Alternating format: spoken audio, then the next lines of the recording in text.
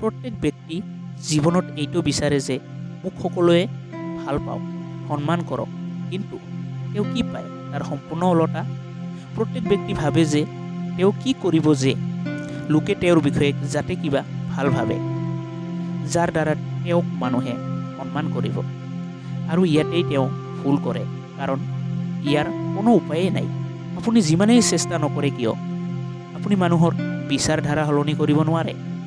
যদি আপুনি এইটো ভাবি আছে যে এনেকুৱা মই কি কৰিম যিটোৰে মোক মানুহে সন্মান কৰিব, তেনেহ'লে আপুনি এটা বহুত ডাঙৰ ভুল কৰি আছে।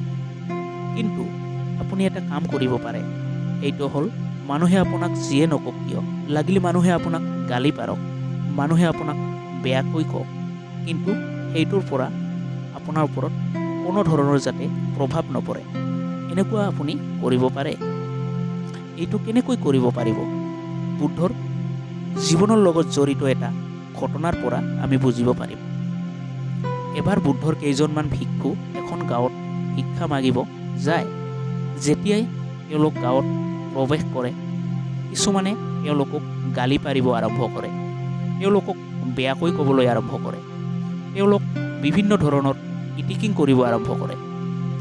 তেওঁলোকে কয়, নাজানো এইবোৰ ক'ৰ পৰা আহে, ইমান শাৰীৰিকভাৱে সুস্থ সবল যুৱকবোৰ কাম কৰি খাবলৈ এৰি ভিক্ষা মাগি ফুৰিছে।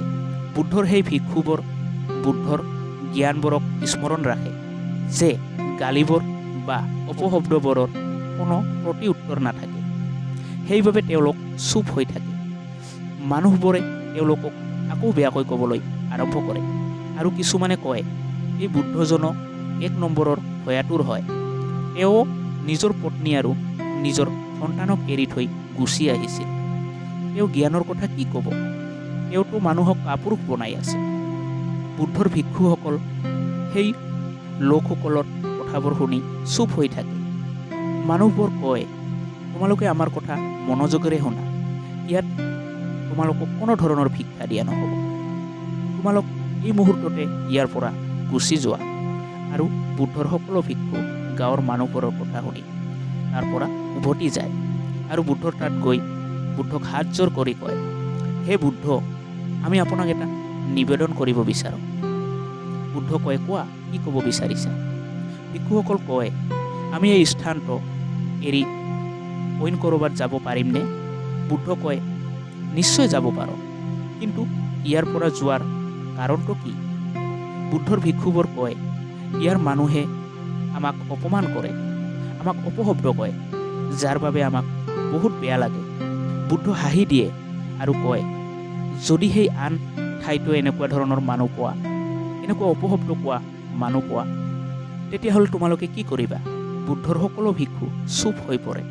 বুদ্ধ কয়, যিটো সমস্যাক দেখি তুমি ভয় খাই ইয়াৰ পৰা পলাই যাব চেষ্টা কৰি আছা, সেইটো সমস্যা তোমাৰ পাছ কেতিয়াও নেৰিব যদি তুমি এই সমস্যাৰ সন্মুখীন নোহোৱা। তুমি এইটো কৰি আছা তেওঁলোকৰ ভাৱনাৰ বাহিৰত, সেইবাবে তেওঁলোক তোমাৰ বিৰুদ্ধে। প্ৰথমতে তেওঁলোক গালি পাৰিব, হিংসা কৰিব, কিন্তু যদি তুমি সত্য, তেনেহ'লে এদিনাখন তেওঁলোক তোমাৰ সততা নিশ্চয় দেখা পাব। কিন্তু ইয়াৰ বাবে তুমি ধৈৰ্য ৰাখিব লাগিব। বুদ্ধৰ সকলো ভিক্ষু বুদ্ধক ক্ষমা বিচাৰে। বুদ্ধ কয়, যিকোনো নতুন কথা মানুহে প্ৰথমতে মানি নলয়, তাক মানি ল'বৰ বাবে সময় লাগে। যিবোৰে আজি তোমাক গালি পাৰিছে, তোমাক অপশব্দ কৈ আছে, যদি তুমি নিজৰ নিৰ্ণয়ৰ ওপৰত অটল হৈ থাকা, যদি তোমাৰ লক্ষ্য সেই সকলোৰে বাবে সৎ হয়, সেই মানুহবোৰেই এদিনাখন তোমাৰ ওপৰত ফুল ছটিয়াব। কিন্তু তুমি সেই দুয়োটাৰে পৰা ওপৰত উঠিব লাগিব। লাগিলে কোনোবাই সন্মান কৰক বা অপশব্দ কওক, দুয়োটাই তোমাৰ বাবে কেৱল শব্দ হ'ব লাগিব। প্ৰত্যেকে বুদ্ধক কয়, আমি আপোনাৰ কথা বুজি পাইছোঁ গুৰুদেৱ, আমি এতিয়া সেইটোৱে কৰিম যিটো আমাৰ উদ্দেশ্য।